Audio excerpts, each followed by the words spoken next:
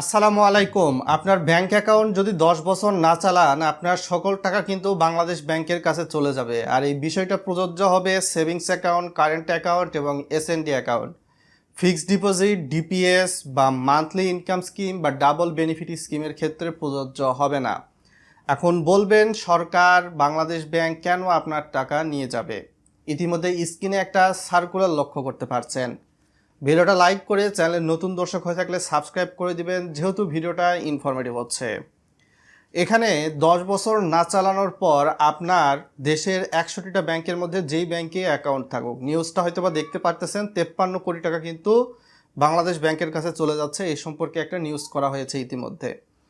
আপনি একটা অ্যাকাউন্ট যদি না চালান 10 বছর, না চালানো বলতে বোঝায় যে আপনি অ্যাকাউন্ট করেছেন কিন্তু অ্যাকাউন্টে লেনদেন করছেন না, কোনো ধরনের ট্রানজ্যাকশান করতেছেন না, অ্যাকাউন্টের স্টেটমেন্ট নিচ্ছেন না, চেক বই নিচ্ছেন না, ইত্যাদি কার্যক্রম যদি না করেন, তাহলে কিন্তু সেই অ্যাকাউন্টটা ডরমেন্ট হিসাবেই বাংলাদেশ ব্যাংকের কাছে স্থানান্তরিত হয়।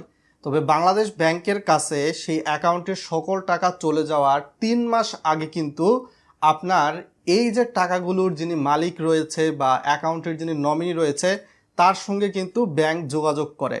তো তার সঙ্গে যদি যোগাযোগ স্থাপন করা সম্ভব না হয়, তাহলে বাংলাদেশ ব্যাংকের কাছে 10 বছর থাকার পর আরও 2 বছর পার হলে কিন্তু এই অ্যাকাউন্টের আপনাদের যতগুলো টাকা রয়েছে এই ধরনের, যেগুলো ডরমেন্ট হিসেবে হয়তো বা গণ্য হয়ে গেছে, সেই সকল 12 বছর পরে কিন্তু অ্যাকাউন্টের টাকা বাংলাদেশ সরকারের কাছে স্থানান্তরিত হয়।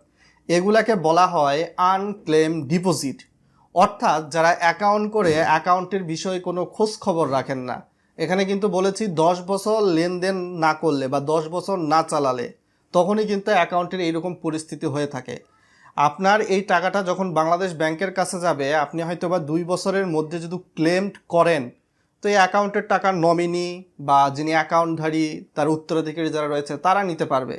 কিন্তু যখনই বাংলাদেশ ব্যাংকের কাছে যাওয়ার পর আরও 2 বছর অতিক্রম হয়ে যাবে, অর্থাৎ মোট 12 বছর হয়ে যাবে, তখনই কিন্তু বাংলাদেশ ব্যাংক এই টাকাগুলা সরকারের কোষাগারে দিয়ে দেয়।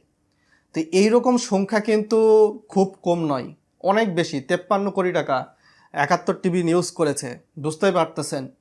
সো দেখুন, আপনারা খোঁজ খবর নেন। আর প্রত্যেকটা ব্যাংকের ওয়েবসাইটে কিন্তু আনক্লেম ডিপোজিট নামে একটা পেজ রয়েছে বা পোস্ট রয়েছে, সেখানে গিয়েও কিন্তু আপনারা লিস্ট দেখতে পারবেন আসলে এর মধ্যে আপনাদের কারো অ্যাকাউন্ট রয়েছে কিনা। বুঝতে পেরেছেন?